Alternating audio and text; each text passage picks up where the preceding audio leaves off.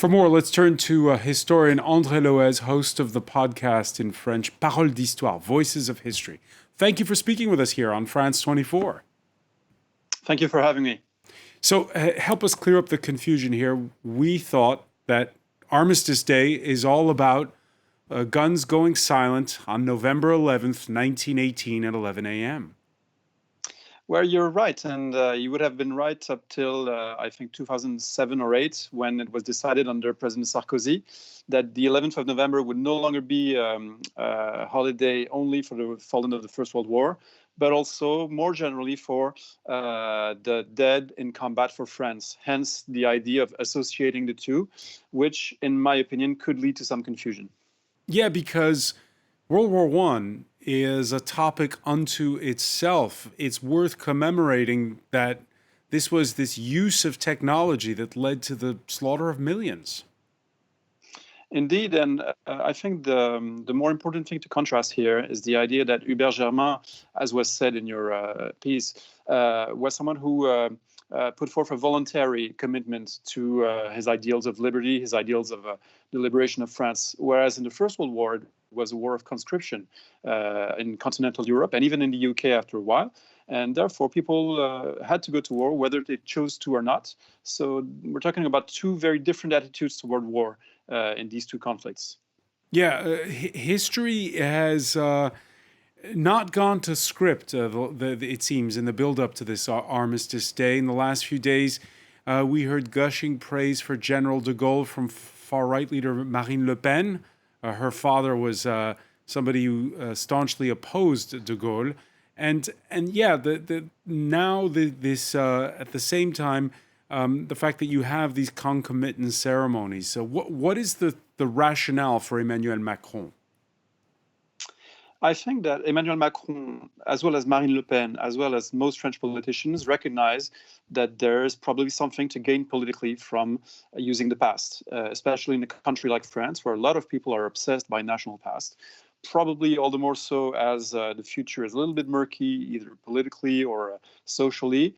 So a lot of people tend to be either nostalgic or want to valorize certain figures of the past. De Gaulle is one of the last remaining figures that can gather, that can speak to a lot of French people independently from their political affiliations. So it's only logical that these leaders or would-be leaders turn to the past, turn to commemorations as moments where they can try to have political gains by speaking the language of the past. And what's your personal experience when it comes to teaching history to young people? I'm old enough to have remembered interviewing veterans of World War I. So obviously, for people of my generation, we know the difference between the two world wars. Is there a blurring? Is there a confusion today? There might be, but I think it's a more general blurring, which is not reserved to the younger generations, blurring between fact and fiction. We have seen it a lot during the COVID crisis. We've seen it in regards to vaccine. I think it's more difficult today than probably 15 or 25 years ago to really distinguish between fact, fiction, between different times. So it's an ongoing job.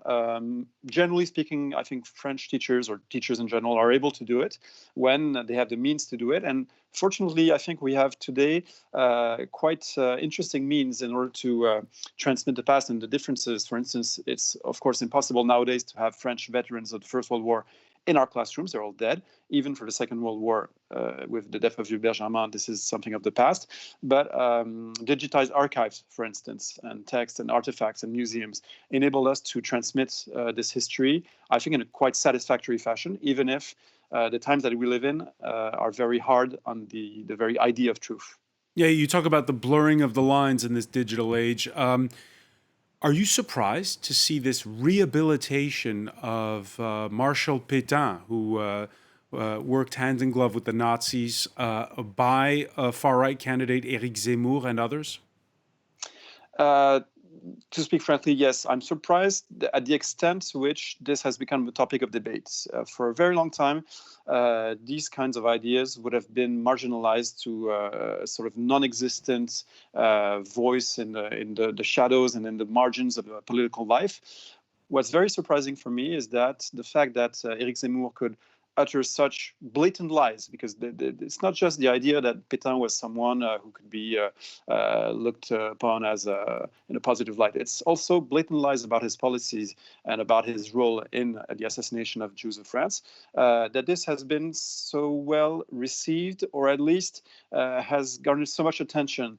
And this is quite astonishing. And I think most historians and most teachers are very sad to see the extent to which confusion has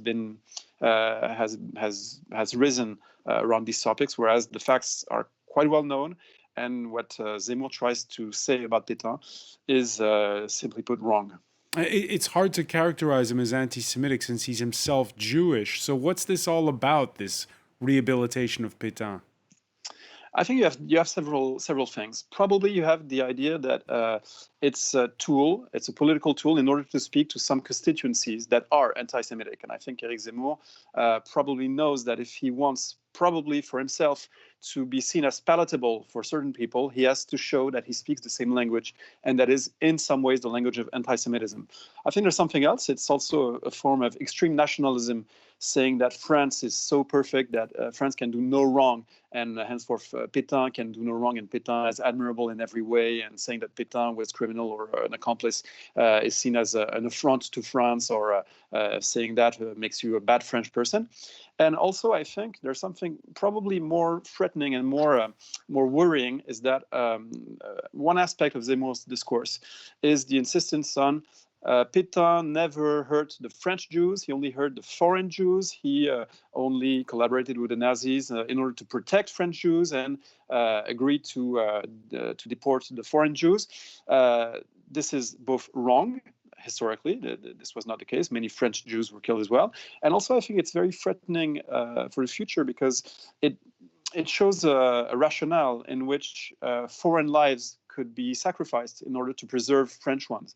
And I think that, given Zemmour's stances on immigration, it's very worrying for the future. All right, many thanks for that. André Loez, your podcast is called Paroles d'Histoire, Voices of History. Thank you for speaking with us here on France 24. Thank you very much.